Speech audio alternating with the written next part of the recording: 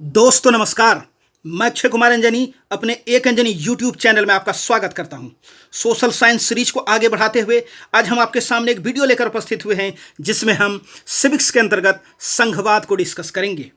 वैसे तो यह कोर्स बोर्ड एग्जाम को ध्यान में रखकर डिजाइन किया गया है, परंतु इससे वैसे स्टूडेंट को भी काफ़ी लाभ होगा जो प्रतियोगिता परीक्षाओं की तैयारी के शुरुआती दौर में है। यहाँ बेसिक कंसेप्ट को सरलता से समझाने का प्रयास किया जाएगा जिससे आपको निश्चित मदद मिलेगी। तो कृपया इस वीडियो के अंत तक बने रहें और इसे ज़्यादा से ज़्यादा लाइक और शेयर करें।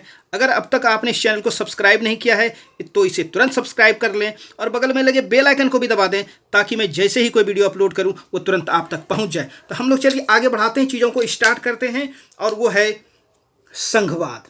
सबसे पहले जो है संघवाद से सवाल उठता है कि संघवाद क्या है, इसको समझने का हम लोग प्रयास करते हैं। संघवाद क्या है या संघी शासन व्यवस्था क्या है? तो परिभाषा को हम लोग देखते हैं कि संघवाद शासन का एक ऐसा स्वरूप है जिसमें सर्वोच्च सत्ता या जो शक्ति है वो केंद्रीय प्राधिकार और उसकी विभिन्न अनुषंगिक इकाइयों के बीच जो है बटी हुई रहती है।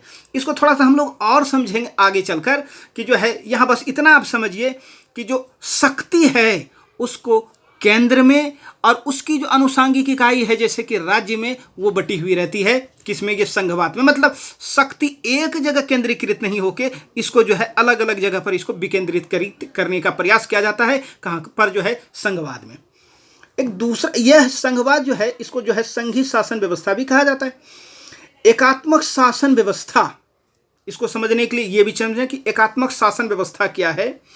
एकात्मक शासन व्यवस्था शासन का एक ऐसा स्वरूप है जिसमें सर्वोच्च शक्ति या जो सत्ता है वो केंद्रीय प्राधिकार के पास जो है होती है और बाकी इकाइयां उनके अधीन होकर काम करती है। मतलब साफ है साफ कि शक्ति जो है सिर्फ और सिर्फ जो है केंद्र सरकार के पास जो है वो केंद्रित रहती है और बाकी जो भी इकाई है, ये राज्य है या जिले हैं, उनको जो है उनके निर्देश के अनुसार जो है काम करना पड़ता है। और ये ठीक विपरीत होता है किसके? संघी शासन व्यवस्था के जो है ये ठीक विपरीत होता है। तो ये हमको पढ़ना यहाँ पर संघी शासन व्यवस्था के बारे में। हम लोग देखें कि जो संघी शासन व्यवस्था है, संघी शासन व्यवस्था का जो है गठन किस तरह से होता है, हम इस सबसे पहले इसको देखें।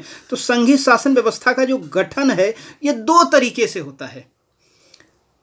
एक में जो है दो या दो से अधिक जो है स्वतंत्र राष्ट्र या राज्य साथ मिलकर जो है क्या करते हैं, साथ मिलकर जो है आते हैं और जो है राष्ट्र का निर्माण करते हैं। दो या दो से अधिक स्वतंत्र राष्ट्र मिलते हैं और एक बड़े राष्ट्र बनाते हैं, तो ये एक तरीका हुआ।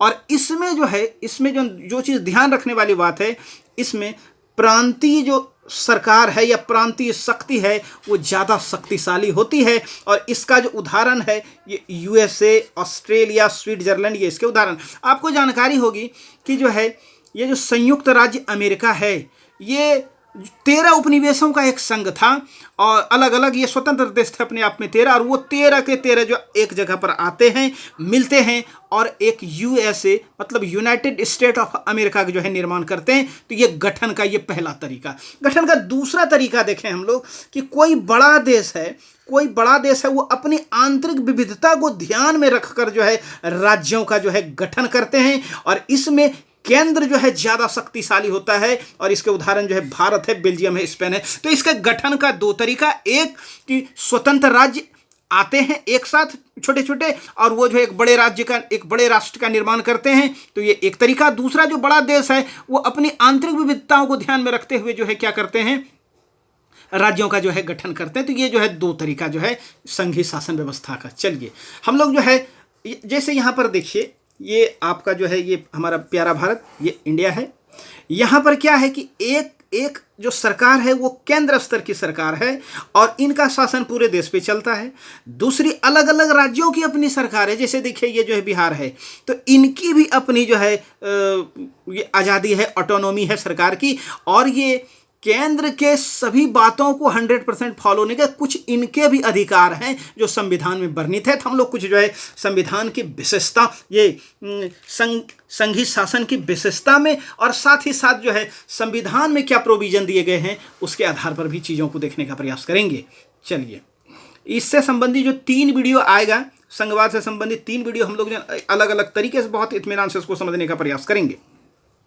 संघीय शासन व्यवस्था को थोड़ा सा समझने का प्रयास करते हैं कि जो संघीय शासन व्यवस्था, इसमें क्या है, 2 या 2 से अधिक स्तरों वाली सरकार होती है। जैसे एक ये केंद्र सरकार और दूसरे जो है राज्य सरकार, मतलब केंद्र स्तर पर एक सरकार और एक जो है राज्य स्तर पर जो है दूसरे सरकार, अलग भी हो सकते हैं। जैसे अपने यहाँ पर जो है पंचायती राज व्यवस्था है।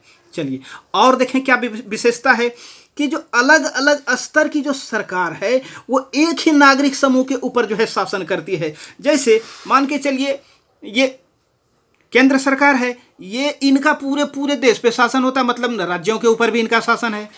और साथ ही साथ जो है ये जो बिहार है ये भी अपने नागरिकों के ऊपर शासन, तो नागरिक वही हैं लेकिन अलग अलग राज्य भी उनके ऊपर शासन करें, साथ साथ जो है केंद्र भी उनके ऊपर शासन करते हैं।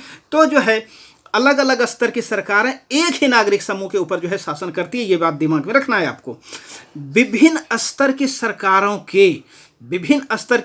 के जो अधिकार क्षेत्र हैं वो संविधान में स्पष्ट तरीके से वर्णित रहते हैं। इसको हम लोग जो है भारत के संदर्भ में थोड़ा और अच्छे तरीके से इसको समझने का प्रयास करेंगे। क्षेत्राधिकार को, संविधान के जो मौलिक प्रावधान है, मौलिक प्रावधान को कोई सरकार अकेले जो है नहीं बदल सकता है, ये भी व्यवस्था है। और संविधान और विभिन्न अधिकारों की व्याख्या का जो अधिकार है वो सर्वोच्च न्यायालय के पास है। वो ऐसा नहीं कि केंद्र सरकार के, वो सर्वोच्च न्यायालय के पास जो है वो उनके अनुसार जो है वो डिसीजन देता है या उसको स्पष्ट करता है। सरकारों के लिए राजस्व, मतलब जो आय के साधन है वो अलग अलग स्रोत जो है निर्धारित किए हुए रहते हैं। और इनका जो उद्देश्य क्या है, राष्ट्रीय एकता और अखंडता को सुनिश्चित करना, बनाए रखना, और साथ ही साथ जो है जो क्षेत्रीय विविधता है, क्षेत्रीय विविधता को भी बनाए रखना। ये किसका उद्देश्य है, ये संघीय शासन व्यवस्था का उद्देश्य है। चलिए हम लोग जो है थोड़ा सा जो है भारत के संदर्भ में देखें कि भारत में जो संघीय शासन व्यवस्था है, भारत में संघीय शासन व्यवस्था जो है ये किस तरह से डिजाइन किया गया, ये किस तरह से काम करता है। तो भारत में जो है संघीय शासन व्यवस्था, तो भारतीय संविधान ने भारत को राज्यों का संघ घोषित किया है कि India is the union of state. ये जो है हमारे संविधान में, हमारे कॉन्स्टिट्यूशन में जो है ये वर्णित है। संविधान ने मौलिक रूप से 2 स्तरीय शासन व्यवस्था या सरकार का जो गठन करने का प्रावधान है, एक केंद्र स्तर पर सरकार और दूसरे जो है राज्य स्तर पर सरकार। चलिए हम लोग जो है वर्तमान समय में देखेंगे तो अपने देश ने त्रिस्तरीय शासन व्यवस्था को अपनाया है। एक से अलग से जब हम लोग विकेंद्रीकरण वाला चैप्टर पढ़ेंगे तो इसको थोड़ा सा और वहाँ पर डिटेल से करेंगे, लेकिन यहाँ पर थोड़ा सा समझते हैं। तो हमारे यहाँ पर सरकार का जो गठन है वो त्रिस्तरीय सरकार का गठन है। हालांकि संविधान में जो व्यवस्था दी गई थी वो 2 स्तर की, एक केंद्र स्तर की सरकार और एक जो है राज्य स्तर की सरकार। तो त्रिस्तरीय में क्या है, एक केंद्र स्तर की सरकार, एक राज्य स्तर की सरकार, और दूसरा जो है ये अंत में तीसरा है ये स्थानीय स्तर की, ये पंचायत स्तर की जो है सरकार है। ये आप इसके बारे में जानते हैं। चलिए इसके अलावा एक और जो है आपको चीज दिखाई पड़ेगा, केंद्र सरकार, राज्य सरकार और स्थानीय सरकार के अलावा आपको एक और सरकार दिखाई पड़ सकती है, वो है केंद्र शासित प्रदेश। आपने सुना होगा। और केंद्र शासित प्रदेश जो है ये भी 2 तरह का होता है।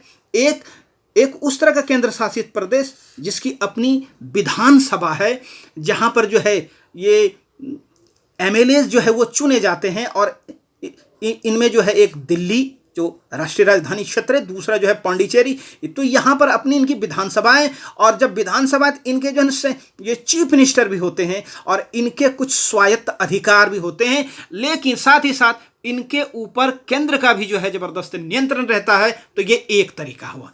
दूसरा जो तरीका है वो ये है कि इनके पास जो विधानसभा नहीं होती है, इनका ये आकार बहुत छोटा होता है। जैसे ये चंडीगढ़, दादरा नगर हवेली और दमनदीप आदि इस तरह के हैं।